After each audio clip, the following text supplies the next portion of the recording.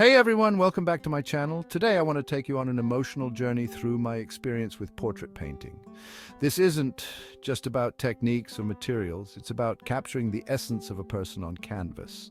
I remember the first time I picked up a brush. It felt like the start of something incredible, but let me tell you, mastering portrait painting is not a straight path. It's filled with self-doubt, endless practice, and countless sketches. For me, the most challenging part is capturing the emotions. Faces are like landscapes of the soul.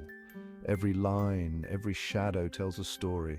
I spend hours just observing people, trying to understand the subtle expressions that define them.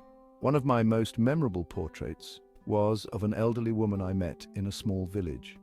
Her face was a canvas of wrinkles, each one a testament to a life well lived. The challenge was to portray her wisdom and warmth. I started with rough sketches, gradually adding layers of detail.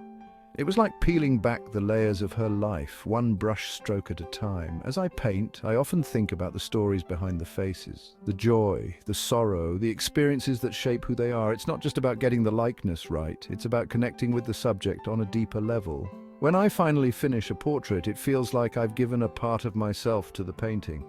Portrait painting has taught me patience and empathy. It's a way to see the world through someone else's eyes. If you're starting out, don't be discouraged by the initial struggles. Every mistake is a step towards mastery.